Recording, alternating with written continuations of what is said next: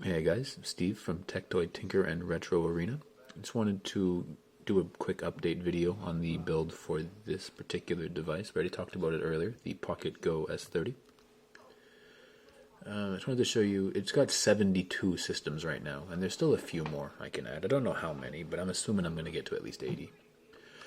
I wanted to show you, this is one of the two options of themes that will be coming included with this update build.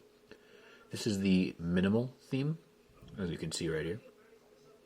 Every icon will have like a minimalistic feel like this. You see the battery icon down in the corner there. It's kind of hard to see on camera, but it's much easier to see when you're actually looking at it. And then this is the more robust theme option. Minimal, minimal, robust.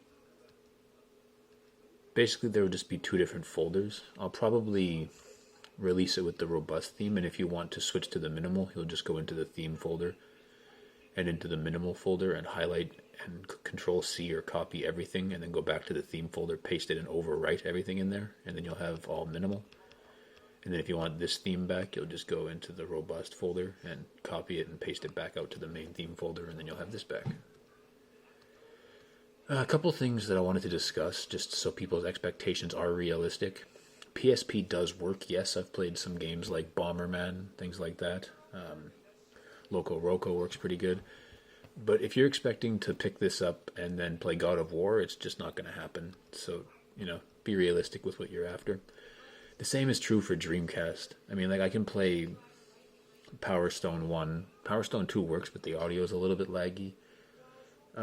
It's kind of trial and error with the Dreamcast games. There's a few that work and a lot that don't. So if you're picking this up expecting to play Dreamcast, then you're probably only going to get to play 15 games, 20 games out of its whole library, which admittedly is much better than nothing. But if just be realistic with this. It's a $60 handheld, and yeah.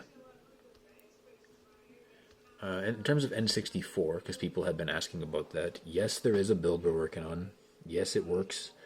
It's going to be the same thing as with PSP, and it's probably a bit better than Dreamcast, but it's going to be similar to PSP, where you're not going to be able to play the whole library. You are going to be able to play a decent chunk of games.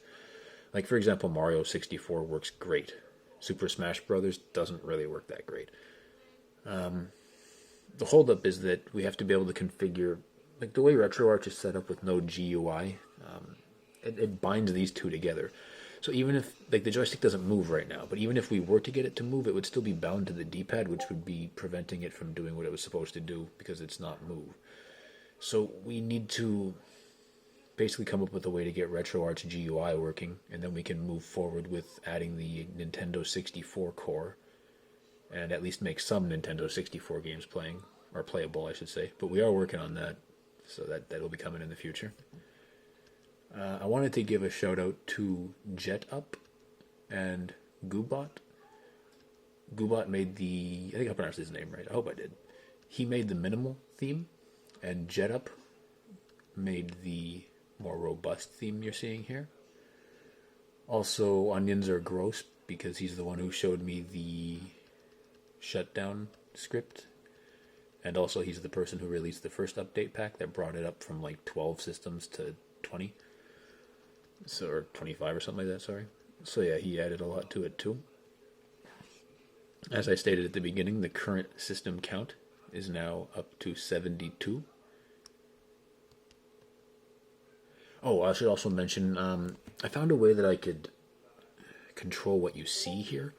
So for example, since with Neo Geo CD, if games are binary Q format, you usually have like 10 binary files. I removed it so you never see the binary files. You only see the Q or the CHD, depending on what format your game is, but you won't see the big long list of binary files because this particular device does not support subfolders. So if you just were to take a bunch of games and chuck them into, even though like Super Nintendo, and you have them in a folder in Super Nintendo, it won't see the game. You have to put them directly into the SNES folder.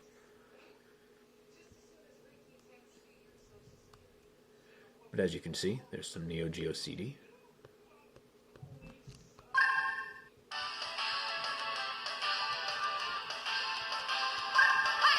I'm not going to actually play the game too long, I'll just show you guys. I guess I'll show you Dreamcast too while we're here, just so expectations are realistic going forward. Because, I like to make sure people know exactly what they're getting into and what they're doing. And I'm not saying this device isn't good. For what you pay for it, for $60, it's quite good. It can do a fair amount of stuff now, and it's pretty impressive. I'm just saying that, if you think you're going to be playing Quake 3 on this, it's not happening. Also, I'd like to point out that PAL games seem to work better on this. Also, Naomi games like Power Stone, they do run decently as well, so you can try your luck with some of the Naomi collections. Some games are okay and some are not so much. Welcome to Power Stone War.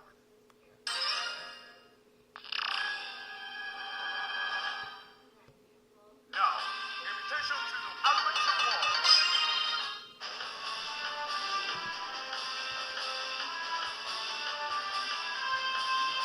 Jack Blossom. Jack versus Jack, go figure.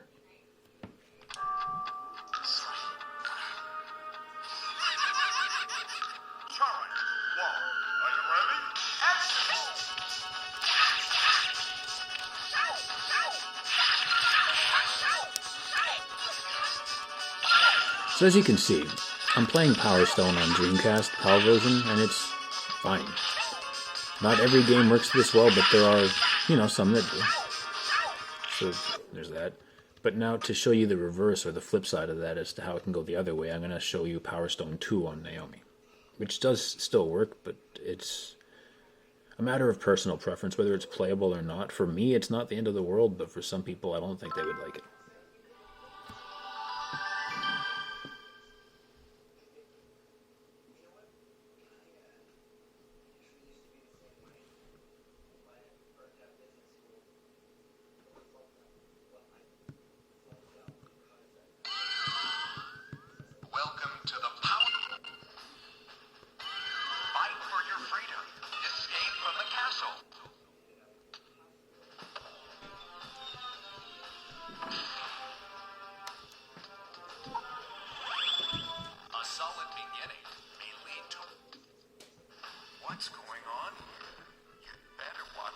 So as you can hear, the audio started getting a bit crackly there. And that will persist on and off when I'm playing. See, there you go.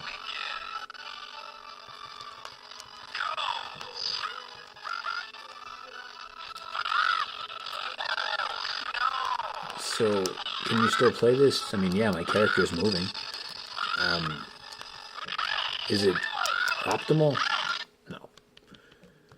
So that's what you want to bear in mind. It's kind of touch and go. You have to see how the games work.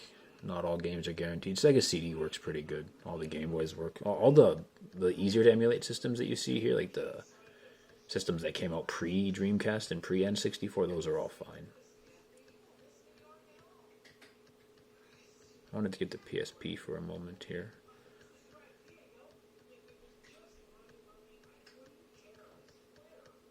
It's here somewhere.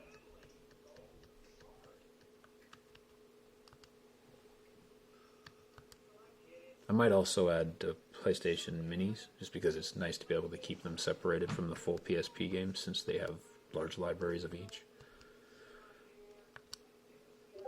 Oh, on PSP, for some reason, these are the main controls instead of down here. I'm not sure why. You could go into the controller config and change it. Double X. Metal Slug. Oops.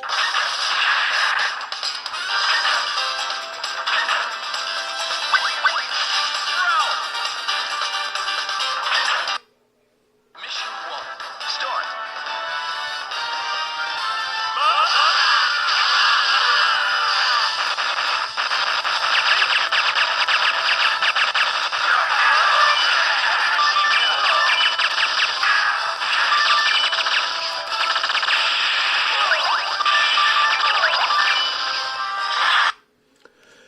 So what I'm saying more or less here at this juncture is that I don't think that this device got a fair shake by some of the previous reviewers, but I don't think necessarily that it's the fault of the reviewer. I think that what ended up happening was that at the time when they did the review, there just wasn't that much here, or that much to the device, so there wasn't really much to review or go off of. But over the last couple of days, I think that a lot of changes and developments have come forward on this device, and I think that it's made it very reasonable for the price range. $60, that's not a bad investment at this point. And yes, Dragon's Lair works, and I love that game.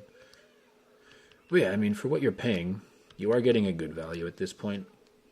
There is active development on the device, so you can expect, more to come, and there will be some improvements, some changes, some N64 will become playable. And yeah, that's about my 2 cents on that for now.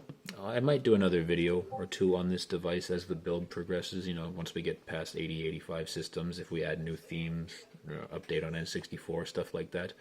As always, thank you for watching. Take care.